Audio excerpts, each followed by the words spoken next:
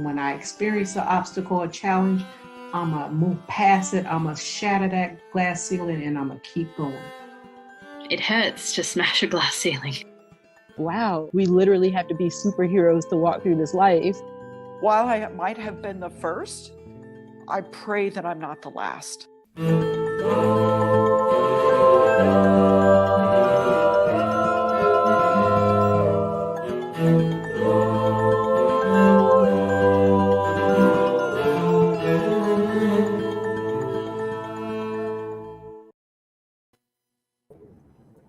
Happy Monday! Hello. It's good to see you. It's good to see you too. How are you this morning? Oh, do I hear birds? Do I hear birds in the background? Yeah, it is that sunny day in Arizona. So we'll have to put up with the birds chirping along with our guest today. We have Fran Hale. Yeah. So I'm excited for people to meet her. But before we do that, we should probably talk about who's coming up next week, who dropped this week on the podcast. Because we've had and what this is. What are we doing here? What is this podcast? What is this live stream show? So let's get started. You're so excited. You're like, oh, let's go. I know. Because I love Fran. She's going to be a really great guest. I've been telling you that for a couple months now. Or a year. Like that. It feels like a long time.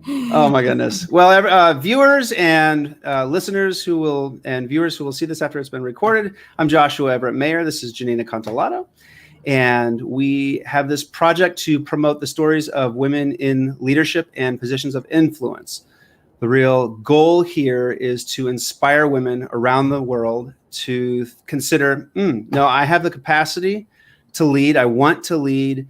And now I've heard someone whose journey has navigated the landscape, often dominated by men, and did it. And now I can follow in those footsteps. Mm-hmm. So that's a bit of what we're trying to get at here. And we have been at this for pushing a year and a half now. Yeah. And, just a gajillion downloads in many different countries. Janina, are we up to pushing 70 countries now or something like that? Yeah, something like that. And, I just appreciate everybody sharing. We still have those Dakotas. If anyone knows anyone North and South Dakota, they want to be with us. And I think it's Wyoming and West Virginia. We did get Kansas. Thank you, Kansas. Yeah. So we only have a few more states, and it's unbelievable. It's really unbelievable, and it's really because our listeners share with each other. So that makes it even better, right? Yeah. So word of mouth, increasing your tribe and your network, and that's just really what our goal is, right? Is to connect people. Absolutely. So, and even with our guests, I'm hoping if our listeners, are drawn to a guest, that they'll reach out to them on LinkedIn and say what they have in common. That's how the world goes around. So, well, we have an exciting guest coming up next week. Mariah Cooley. Yeah. Mariah Cooley. Yeah. Tell us how you connected with her. Oh, she and I found each other. She reached out to me. I reached out to her. I can't even remember now. It was a long time ago.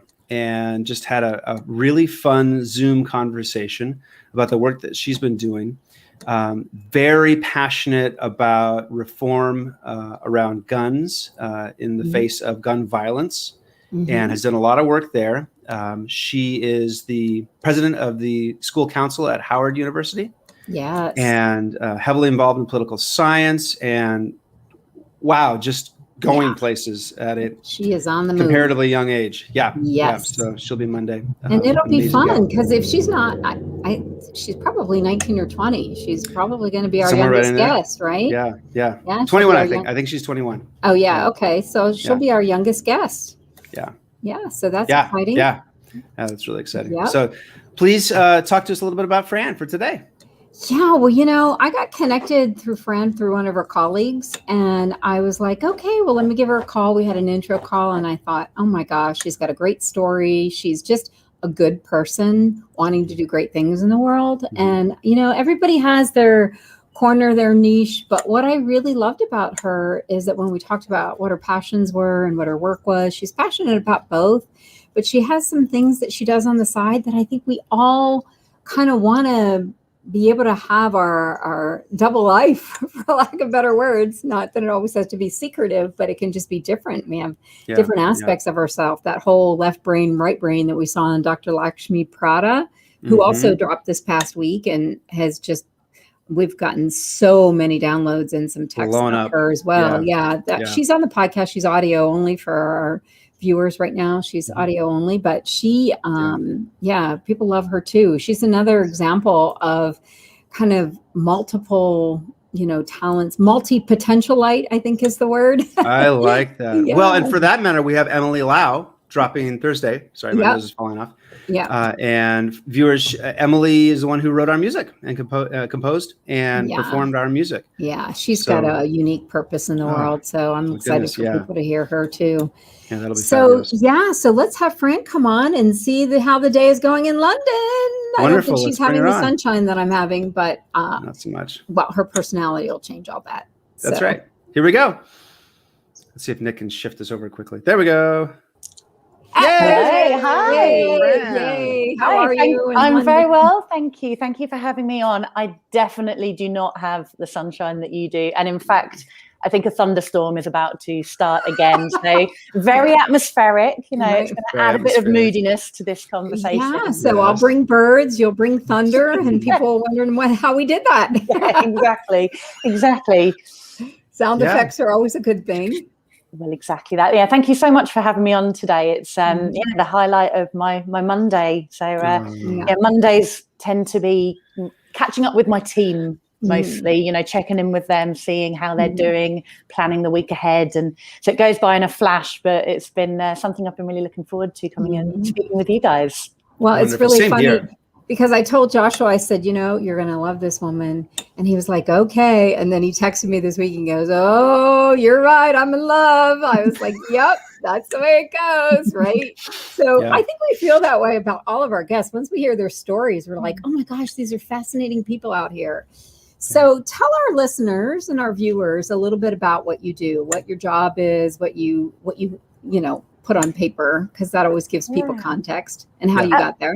Absolutely. So I work at a social content company called Brave Bison, and we are trusted by all the social platforms to deliver great content for audiences around the world.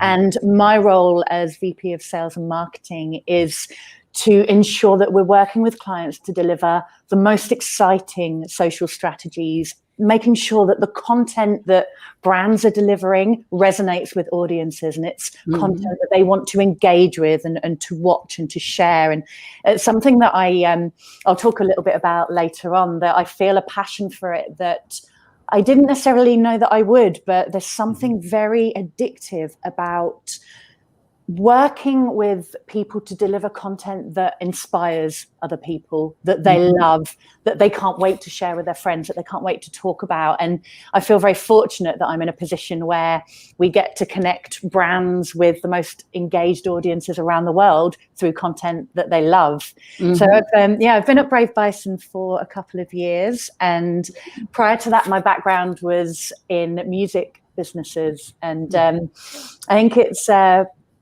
it's very much been shaped by my early years. The where I got to in terms of working for these incredible music companies was something that started off when I was really quite young. I had this passion for music at such an early age. I learned to play the piano, the flute, saxophone. I trained as a singer, and so my early years were spent performing. They were spent playing in recitals or singing on stage in shows. And that for me has really, really shaped me in terms of building my confidence so that I feel comfortable and excited standing in front of large groups of people, delivering something that I feel passionately about. And one of the things I find most exciting in terms of how that relates into my career is that it doesn't matter whether you're singing in a show or you're playing in a band or you're delivering a pitch or public speaking for your team. It's all about having that confidence, believing in what you're saying, knowing what you're doing, and bringing the audience in on that journey with you so that they feel some of the passion that you do. I love that. Yeah. Can I quote that? Yeah. The last piece, that was perfect. Yeah. So, hey, I'm wondering if there's one pivotal moment, one moment that you can think of that you thought, I was just watching this video called the Lollipop Moments. You'll have to look that up. It's really fascinating. But is there just one person or one point in time that just kind of I don't know, just changed you and you knew this was it? Do you know what? I almost want to be greedy and have two, because Okay, you can there have was. two. I don't know. I'm No, just- we're not I don't know. allowed. I'm having two. There's going to be a theme recurring through this. I'm pushing Okay. it. Every question Yeah, I'm like, pushing the "Oh, I boundary. want to ask That's more." confidence, Joshua. Fine, just do it. Just do it. So I think first and foremost, and Janine, you touched upon it earlier, the fact that, but I guess it's quite unusual that I decided early on I didn't want to make performing my career, or at least not performing musical instruments, because, you know, so many people would do anything to make that their living. But for me, it was that realization that the joy I feel performing is something incredibly special to me. That's my sanctuary, that's my escape, how I rejuvenate myself. And selfishly, I want to protect that for myself and keep it separate. So that realization that I wanted to work in music, but I wanted to keep performing as something I did for myself was really important. It then shaped my career decisions, working at music businesses with a digital focus, like MySpace, like Last FM, like Vivo, incredible companies where I could spend every day talking about music, but still keep the performing side of things to myself. And I really treasure that, I guess. And the second part of that does lead on from it. It is related. But when I finished working at Vivo, I started to work at a social media influencer company. And that was a period of real uncertainty for me, because I just didn't know if I would care in the same way for something that wasn't just music. I just didn't know if I would have that buzz, you know, that hunger, that drive that you feel when you're passionate about something. And I soon found that, you know, to my earlier point, I really do. You know, I'm passionate about people engaging with content that excites them, with, you know, spending their time in something that they love, whether that's music, whether that's gaming, or whatever that is, that excites me. And so they were two really key moments for me. Wow. Generalizable passion. Yeah. And there's some love of connecting, you know, there's that whole, you know, I always look at arts and music and even what, you know, branding and media and that kind of stuff is really connecting the vibrational feeling of empathy and I see you and you see me. And you know what? That is so true. And you saying empathy is just exactly it. I've spent a lot of time teaching people to play musical instruments, and my thesis was on teaching advanced flute techniques to young students, which was fascinating. And so much of working with these young people to help tap into their passions and bring that out, it developed my leadership skills, I think. You know, it certainly had a very, very important influence on those, because it taught me the importance of clarity of messaging, of empathy, the importance of tapping into what makes a person great and helping them bring that out. That's one of the things I love most about being in a leadership position now, that I can help people in my team see what's great about them and develop more. You know, that is really interesting to me. This is making me think so much, and I hope this is for our viewers as well, about my own background in music. Because as you know, I've talked about singing and bands and everything. I did a lot of performance and jazz, you know, where everyone's seated and ideally they're moving back and forth a little bit to the music. But my favorite performances were when we were doing dance numbers and people were dancing. Because just like you're talking about, that's eliciting their passion and and involving them in the whole thing. It is a communal experience, you know. So does that resonate at all? Oh, that couldn't resonate more. And it makes me particularly sad because we haven't been able to do that so much over the pandemic. But I sing at I was going to say a smoky little jazz bar, even though you can't smoke indoors now, it feels like a smoky little jazz bar still. In Soho, with the most incredible musicians. You know, we've got the horn section, bass, drums, keys, and the audience are on top of you, and they are feeling the music and they are living the music. And that, I've done gigs where you sit and you play and they listen. And I enjoy that. Don't get me wrong. There's something rewarding about that. But it's not as intimate and magical as if people are feeling it and up and dancing and they're on you and you're on there. I really miss that. And I hope that can open up again and happen soon. I feel hopeful it might. I heard Broadway is opening, or no, it's not Broadway. In the West End. Yeah, the West End. I heard it's opening back up. The theater's opening back up in London pretty soon, right? And I feel really pleased because I have a few friends that work in the theatre, and it's such a difficult time, such an uncertain time for them. So yeah, I'm excited to get back. I was surprised. It's a bold move, only half the audience, but we'll see what happens, right? Yeah, so are you going to sing us a few bars just from that Smoky Cafe? Smoky Cafe. So, Janine, you forgot to turn your phone off. Is that the announcement bell? Yeah. I like it. Yeah. I mean, ordinarily I'd say that right. No, I'm British after all, but I'm feeling good. It's why not? It's that old devil called love again. Gets behind me, keeps giving me the shove again, putting rain in my eyes, tears in my dreams, and rocks in my heart. Here we go, little teaser. I miss it. I do miss it. Yes, we can't wait to have you performing again. Joshua, you're going to sing back to her? Give me a minute. Let's keep going. I don't know. I'm now like. Yeah, he's too in awe. Yeah. Okay. Yeah, I got to reset. Yeah. Okay. Well, then we'll give her another question. Yeah, I've got another question. So, Fran, tell us about you touched on this, but I want to hear about your childhood and maybe adolescence, right in that range, and experiences you had and people who really were formative in your life and your ultimate journey trajectory.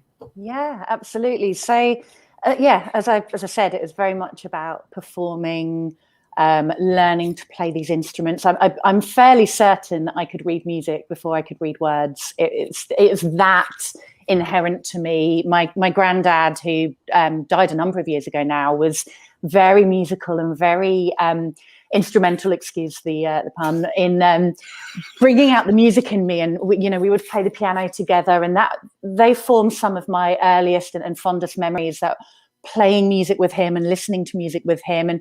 And from there, I've had some great teachers. I've had some really inspirational people, but one in particular that I'd like to call out is, so when I was at university, I focused on composition in my music degree, and then went on to do a master's in musical composition. And I was so incredibly fortunate to have been mentored by Rhiannon Samuel, who is one of the UK's best respected classical composers. She's an incredible woman. She has always been so prominent on issues around gender and music. She has pioneered, promoted, supported female composers for decades. And I think just having that, such a strong and successful woman at a period in my life, from probably 18 to 23, was incredibly special. My mum died when I was 18, and I think particularly in light of that, having such an incredible, powerful woman that was very much a part of my day-to-day and my development and my growth, and helping me believe that I could write that music. I could do she was the one that really encouraged me to do the masters. I was, not even considering it. And so, I feel really lucky to have had someone that special, that remarkable, helping shape my journey. I'm kind of curious. When's the last time you spoke with her? How? Do you know what? Shamefully, quite a long time ago. We would sporadically keep in touch now and again. I think the last time was at a reunion of some the music course, excuse me, that we were on together, or that I was on with her. But no, shamefully, like Not this really is- this is shamefully, because you Now, carry it's an her opportunity. influence. Yeah, Yeah, exactly. It's an opportunity that I'm going to, share this with her and get back in touch. And hopefully she knows how much of an impact she made. And I'm sure she's made that much of an impact on countless other people. Let's get the two of you on a show. Yeah. That would be the biggest honor for me. She's incredible, really. Yeah. Give her a Well, call. I think that you never know who's watching, right? And you're probably having that influence in your leadership right now, and you don't realize that there are people in your business, in your world, who are watching, who are learning, right? Yeah. I would hope so. That would be incredible if that was ever the case. Yeah. Well, it's interesting to me that you talk about her passion for gender equity in that milieu, but but have you faced challenges? Do you perceive that other women in the industry? You're smiling. Wait for me to get on the high horse. Get up on the high horse. Get up on the high horse. Can I lift your foot? Stir up. Do you know what? And I've thought about this quite a lot. And again, there are two, so I'm pushing it, asking for two examples. But one of the challenges that frustrates me the most, and that I think is encountered a lot, is that women don't have the confidence to be vocal, because so often when a woman is assertive and confident, qualities, by the way, that are never questioned in men and are considered positive attributes, we get told we're being too loud, or we're bossy, or we're divisive. And to be perfectly honest, I'm really fed up with women being made to feel ashamed of the qualities that can make them great. And I think that is a huge challenge. I do have to say that I've been very lucky in my career. And actually, I've worked with a huge number of people, both men and women, that support strong women. So I've personally been very lucky. I know that I'm in the minority there.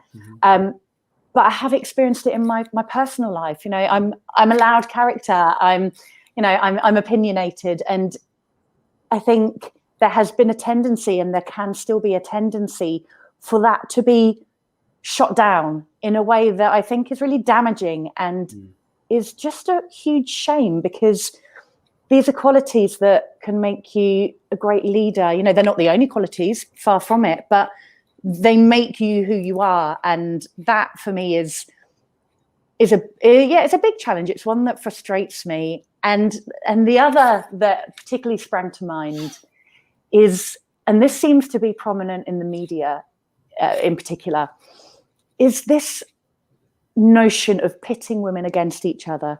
The fact that there is they feel like there's this need to portray successful women as in competition with one another.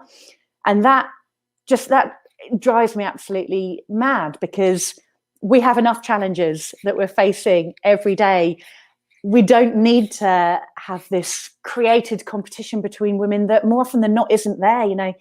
It's much more of a supportive, especially with the women I know, it's supportive, it's encouraging, it's nurturing of one another. It's not a competitive thing. And so, that's my high horse. I'll get off it now, but they're my 2 points. Is that something that resonates with you guys? Oh my goodness. Yes. Yeah. Janine, please.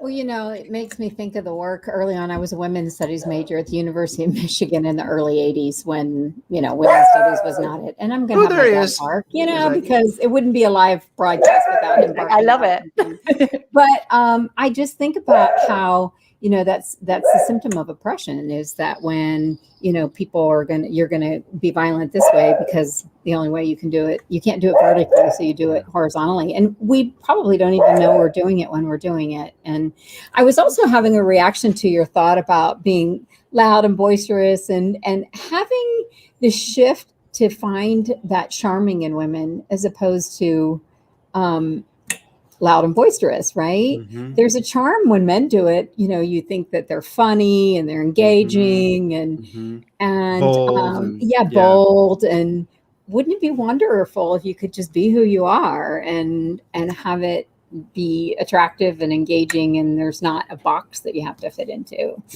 So I love that you said both of those things. It's really important. It's the journey that we're still on, that subtle stuff. I think this is a media thing, This is a structural kind of long game thing. But I was talking with a very good friend of mine who, and I won't go into her for obvious reasons, but she was talking about the actors, the initiatives in place that portray a particular segment of culture, a people group as internally divisive, internally fighting, internally violent, for the purpose of keeping them silent and ostracized. And I know that, I mean, and this show is not about vilifying anyone, but we are real about the forces that are involved. And I just want what is your perspective on that the more of the structural intentionality and kind of systematism?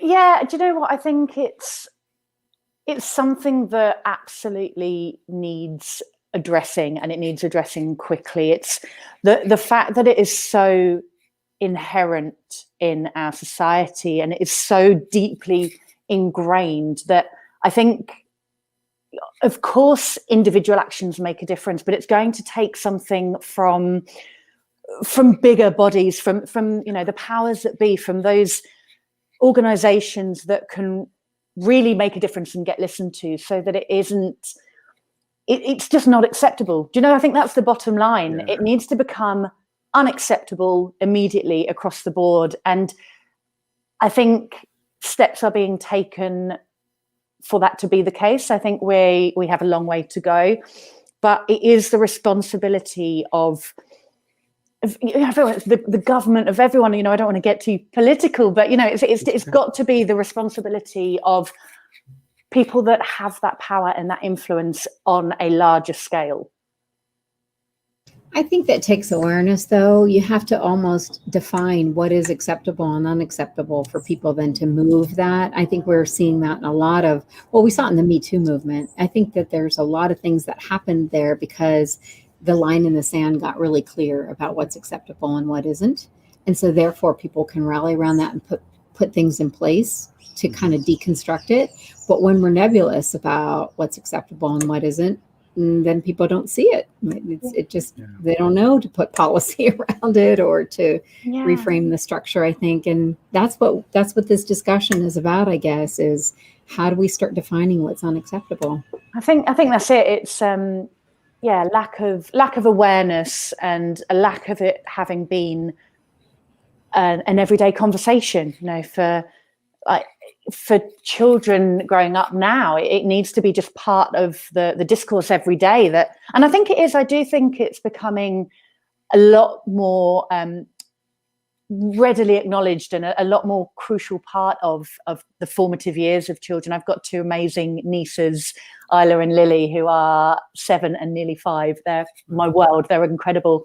And I do hear that, their schools are making more of an effort. There are a lot more, is a lot more focus put on that raising awareness at an early age.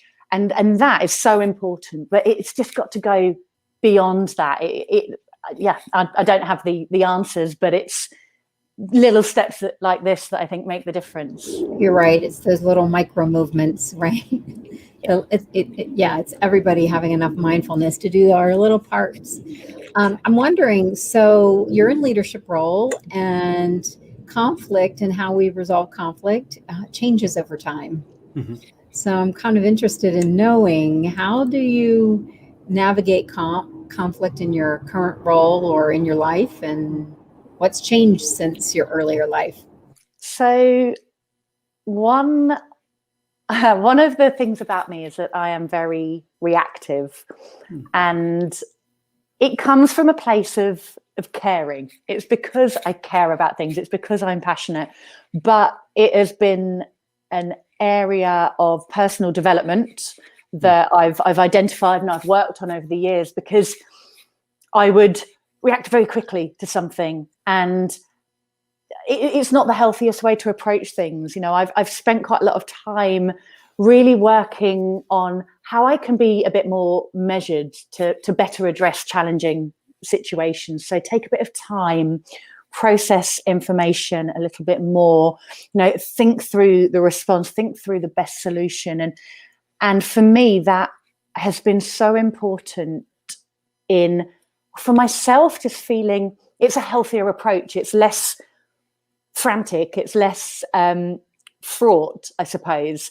And it's something that, I'm by no means there on. It's a constant journey. But for me, that has been a really key learning in myself and how I approach things, and having that time to step back and think things through before acting, while still, having the passion and wanting to resolve something quickly. But for me, that's been quite important.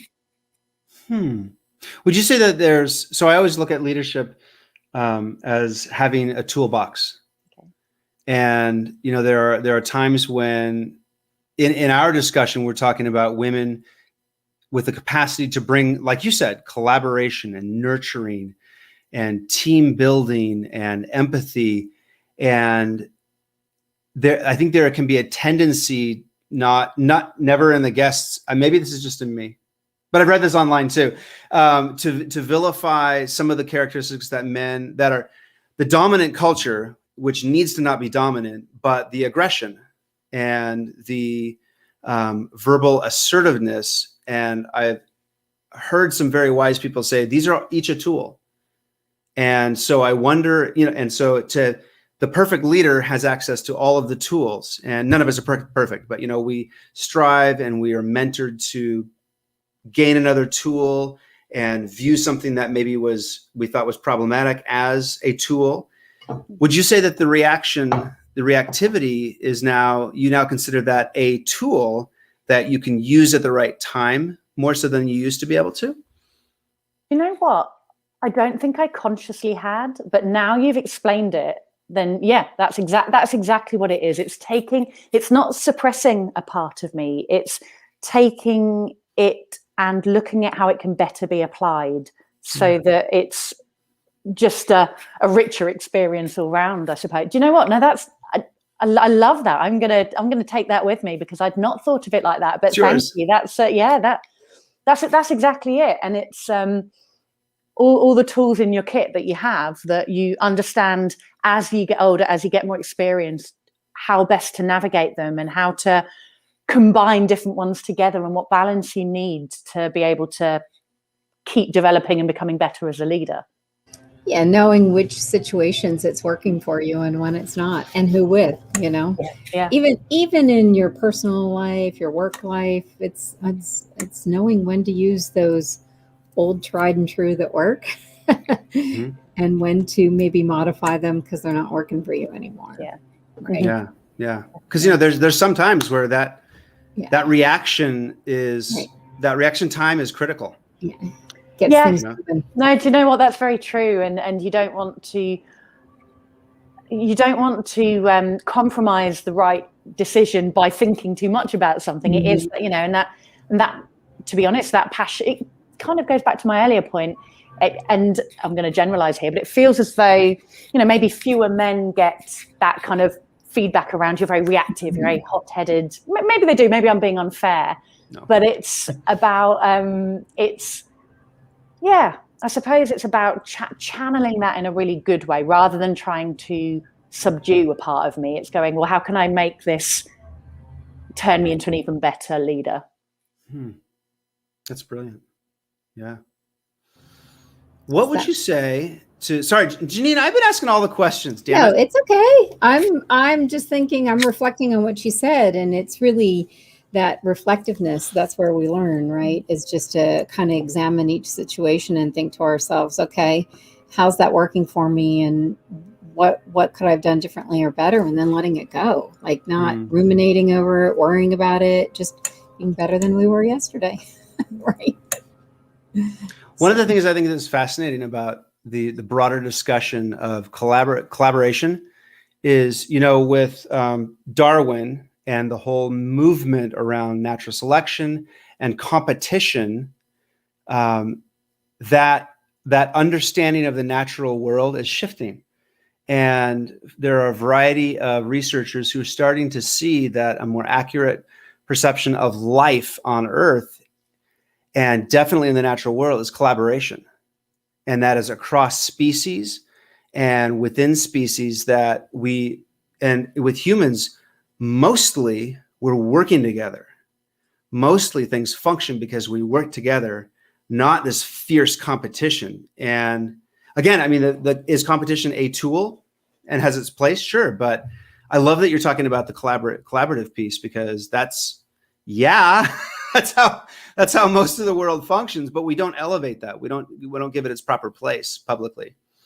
No, exactly. And I think that's a real shame from my team at Brave Bison. It's something that is, I think it's the most important thing. I think it's the area we talk about most frequently. You know, we pride ourselves on collaborating together. We work incredibly closely. Everyone has their incredible skill sets and everyone has their areas of focus, but the lines are completely blurred, and we work so very closely together. And that, for me, I personally have never been in and would never want to be in or lead a very kind of traditional hard sales team. It's not me. It's that you know, I'm competitive to a certain extent, but only because I want to do the best that I possibly can. And I think the best that I possibly can is made better by working with other amazing people.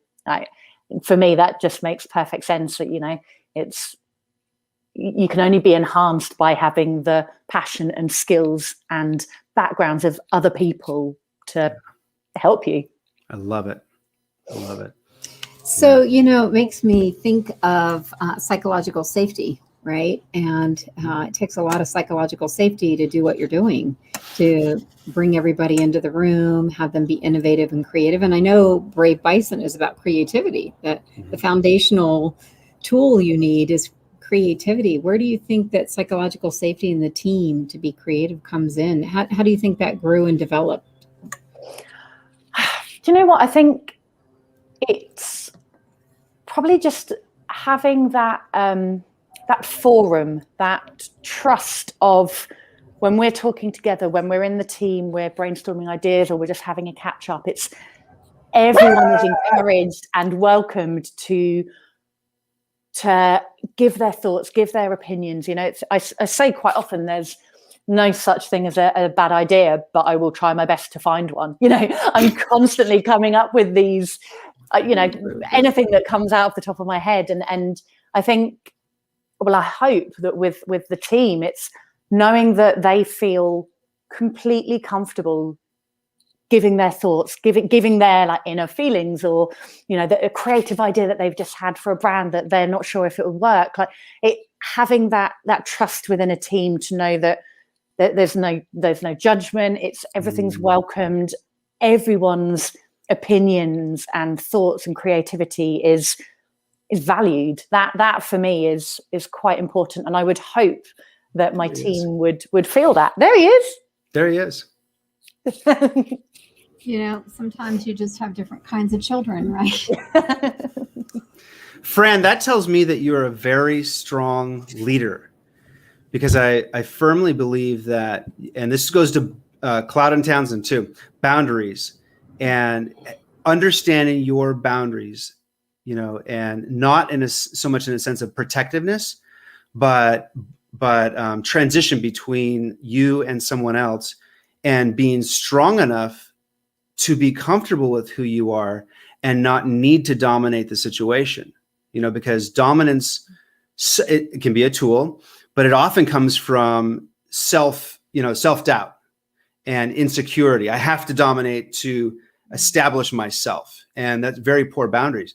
But what you're telling me, and makes perfect sense given who you are, is that you're strong enough to let yourself go and have the boundaries, in the sense that you understand who the other people are and how they're interacting, and they are not crossing into who you are, but you're also not dominating who they are. Does that make sense? Does that kind of... It does make sense. It's what I hope is the case, you know, and I guess only my team would be able to say that for definite, to verify it. But I hope that's the case. I always forget who said this quote, but I love it. It's if you think you're the smartest person in the room, then you need to be in a different room. It's that kind of thing, like that, and also probably rethink your approach to things. It's taking that excitement from being with other people, getting other people's ideas. There's nothing better than delivering a great piece of work, because actually the people in your team have done the most phenomenal jobs. They feel satisfaction in it. What's not rewarding about that? Like I feel such pride as well. So yeah, that's really important to me. Well, I'd like to bring that back to your earlier statement of how you opened in terms of your earlier childhood experiences. That takes a lot of confidence to do that, right? Your confidence in performing and allows everyone else to perform and do well too, because it's confidence. It's allowing everybody in the room. And so it's funny how that all ties in together. Yeah. I love it when that happens. So I'm kind of curious, what advice would you give your younger self? Do you know what? I'm going to go back to my earlier point here, and that horse is ready. It's my advice would be, do not just accept it when people tell you you're bossy or opinionated or loud. These words are rarely used to describe boys, and they are some of the characteristics that are going to make you a good leader. Some other characteristics are your compassion and your empathy. Don't forget that, and don't be ashamed of what makes you you. Wow. When somebody says those things, we all need to say thank you. Yep. Yeah. Thank you for seeing me. Yeah. They say you're loud, you're bossy, you're over assertive. Thanks. Yep. Yeah. That's how I get things done. Yeah. Interesting. So what are you currently reading?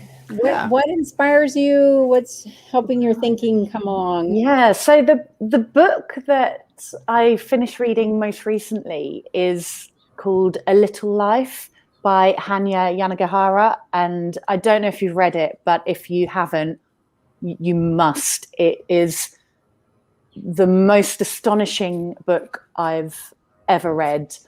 It's an incredibly difficult read. It's painful, it's hard, it's difficult, and it's beautiful. I would strongly recommend anyone. Is it fiction or nonfiction? Fiction. Oh, okay. It's about the lives of 4 men. A Little Life. It's really hard going, but it has to be read. I'm writing it down. Read this book. Yeah, it's so good, so good. So yeah, that's probably the book I've read most recently that really landed. And then I have a real guilty pleasure of reading the Jack Reacher books. I don't know if you know of them. Yeah, like that is. I'm not even. It's not even a guilty pleasure. I'm not even ashamed. I love them. I find them very entertaining. What do you think about Tom? No, absolutely not. I mean, I love him generally, but the character is meant to be 6'5" with hands like dinner plates. It's just don't get me started. Yes. Yeah, I hear it. What do you do for self-care beyond resources and books that you're reading? What do you know? Yeah. So obviously music is a huge part of that. That's such an important part of me keeping grounded and keeping who I am. And beyond that, I'm a big fan of Pilates and strength training. I try and stay as active as possible, eat a plant-based diet. But do you know what? I was thinking about this, and probably one of the biggest things is sleep. I am definitely not one of those people that can thrive on a few hours sleep a night. Sleep is so important to me, obviously to everyone, but it's such a big part, like the whole ritual of going to bed, reading and enjoying that sleep. Yeah, that for me is probably the most significant part of self-care that I do. I love it. Absolutely love it. How many hours do you sleep? Well, last night was 10. Normally, if I don't get 8, I get very cross. Yeah. Are you a napper? No, not really. I'm a wake up and that's it, and I'll go full at it for the day and then done. Yeah. I'm with you. I love my sleep. I love naps. I'm a napper. You're a napper. Yeah. I feel like you're one or the other. You're either a napper or a full night sleeper. Yeah, I think so too. Yeah. There's nothing better than I have 3 boys, So I don't get a lot of naps, but try. Yeah. Oh my goodness. What are you, Fran? Oh, go ahead, Janine, It please. makes me feel good that a couple of our other guests said sleep too. So I feel like that is a critical component of being successful if that many people have said it. I mean, yeah, someone said to me once, "Oh, do you not feel like you're wasting time when you're sleeping?" I'm like, "No, absolutely not. No, that feels like time well spent." Yeah, It is. That's what a healthy perspective. Yeah, that's awesome. Fran, what are you most hopeful about with regard to women? So, do you know what? Again, I gave this some thought. Do you know what I am hopeful that we will eventually, and hopefully it's sooner rather than later, get to the point where we can remove the prefix women from words like leadership, and the fact that that so frequently it's the female boss or CEO, which is one of the things that riles me the most. And I would love for gender and, to be honest, any protected characteristic to not be a factor when talking about great leadership. I want all young people, to be able to grow up seeing themselves represented in positions of power and influence, so that they can see that it's a viable path for them. So that for me is what I'm hopeful we'll achieve. We're some way away from it, but that's where I'd love to get to. It's, I so enjoy talking with incredible women about women in leadership and phenomenal people. But wouldn't it be amazing if, when we talk about great leadership, it's just assumed that it might be a woman as much as it might be a man?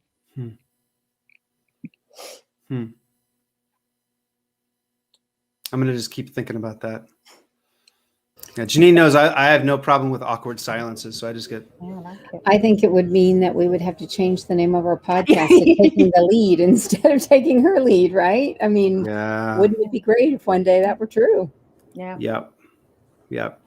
Of course now. Yeah. Fran, this has been such a pleasure. No, the pleasure's been all mine. I've loved it. Thank you so much. And I the whole time, I must confess, the whole time I've been trying to think of a good song. I can't do it. I mean, you just have such a lovely voice, and I'm crackly right now. I'm going to make every excuse I can possibly make to not have to sing right now, because I don't know what I was trying to and my dog made a guest appearance, and he sang. Yeah, so that is true. Thank you. But now you're comparing me with your dog. Yeah, no, I'm teasing. I'm giving you a bailout. I'll take it. So I'll take it. Thank you for putting up with the noise challenges of being in Arizona. No, it's been a delight. And we've loved having you. And I hope that some of our guests will reach out to you and our other guests and our listeners. And we'll put lots of contacts in the show notes for you. And so what do you think your next adventure is going to be? Like, now that the pandemic's lifted and you get a little bit more liberties, what's that going to look like for you? What's it going to look like? I think definitely getting back and playing some gigs. That for me is, I'm yearning to do that. I'm yearning to be in a dark bar at 2 a.m. singing. And that is something I'm really looking forward to.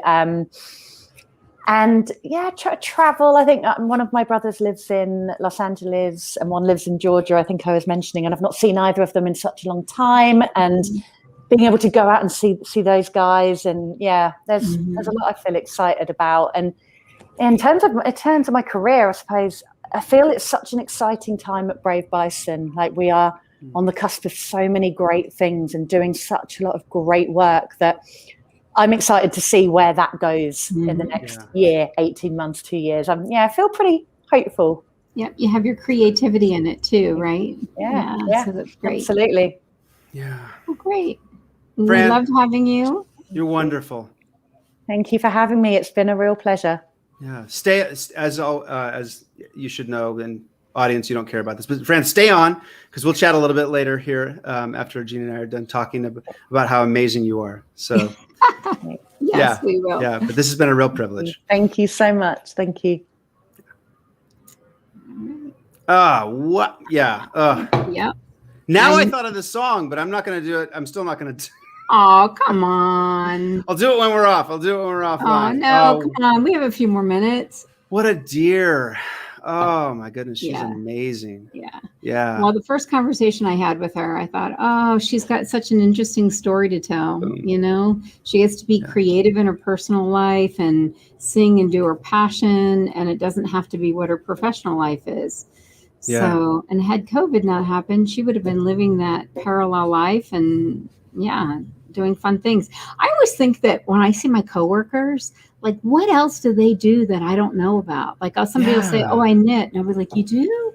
Or I paint. And I'll be like, you do? Like, I want to know those things. People have these creative endeavors all the time that we don't know about. Or I redo old motorcycles or old cars. I'm like, you do? Like, yeah. Because you just aren't expecting that. And I love knowing that stuff. Yeah. It's really people's heart, right? It is really people's heart. Yeah. And like with Fran, it's her work, her daily work, her day job, right? Is an extension of that passion, that creativity. And so there's a connection there, right? One supplies the other. Right. I thought that was just amazing. Yeah. Well, as we said in the beginning, we've got Mariah Cooley coming up next week on Monday. Yeah. And of course, she is the president of the Student Council for Howard University. Just really a rising influencer on a number of topics. And she's done a lot of work around reform with regard to gun violence. Yeah. So very passionate. And we have That'll Emily be a lot of fun. Lau dropping this week. Yep. Beautiful Thursday. Composer, ready to go. And she did our music for us and did a fantastic job. And she just has a story to tell too. I think it's how she's using her music in terms of her larger passion is just really incredible. Yeah, and similar in that she has stepped away from, she very prominent composer and performer. She stepped back away from that to use her passion and her skills to create communities of healing, which is just amazing. So some parallels there for sure. Yeah. Well, viewers, you can find us on just about every platform. And we are in the process of going on LinkedIn Live also. So that'll be really cool. Yep. And these live broadcasts are recorded and they're available usually very quickly on YouTube. So you can please share that link, watch them later, take notes. And when you see the posts for the events, share them to your network and then ask your connections to share it as well. It's that good old multiplication that really helps. Janine, anything final that you wanted to mention? Well, I think Virginia Baldwin wrote in the comments, she's a colleague of ours from Deaconess who she's now retired and reinvented herself as a health coach. And she wrote, isn't it true that great leaders are regular folks? And that's really the case. We're all out there, using our skills and our abilities and, impacting the world in the way we know how. So I think it's exciting. Amen. So thank you, Virginia, for your comments. Yeah. So we'll see everybody next week, I guess, with Mariah. Looking forward to it. Everybody have a great day. We'll see you.